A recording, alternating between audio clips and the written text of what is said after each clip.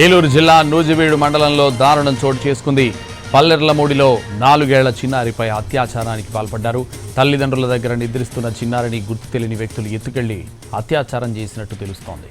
ఇంటి పక్కనే ఉన్న పామాయిల్ తోటలో పడేశారు దుండగులు. ఘటనపై ఆరా తీశారు మంత్రి పార్థసారథి. నిందితుల్ని గుర్తించి పట్టుకోవాలని మంత్రి ఆదేశించారు. పాపను నూజివీడు ప్రభుత్వ ఆసుపత్రికి తరలించారు. ప్రస్తుతం పాప ఆరోగ్య పరిస్థితి నిలకడగా ఉన్నట్లు అధికారులు తెలిపారు.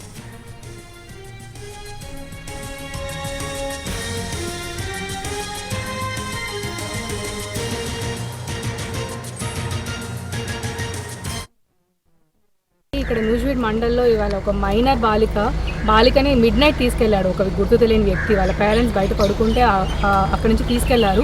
మొబైల్ కూడా తీసుకున్నాడు. సో ఇంకా అమ్మాయిని అయితే హాస్పిటల్లో చేర్పించడం జరిగింది. షీఈస్ ఫైన్, హెల్దీగానే ఉంది. పాప అయితే ఏం జరగలేదు. బట్ 2 days ఇంకా హాస్పిటల్లోనే ఉండాలని చెప్పారు డాక్టర్స్. సో ఎవరు చేసినా కూడా వెంటనే పట్టుకుంటాము. ఆల్ డిఎస్పీ ఎస్పీ గారు కూడా దీని మీదే ఉన్నారు. పోలీస్ అన్ని కూడా దీని మీద తిరుగుతున్నారు. Multiple teams are working on this. డెఫినెట్గా దీని మీద యాక్షన్ తీసుకుంటాము. అండ్ ఇలాంటివి ఇంకోసారి రిపీట్ అవ్వకుండా కూడా చూసుకుంటాము. ఇక్కడ నూజివీడ్ మండల్లో ఇవాళ ఒక మైనర్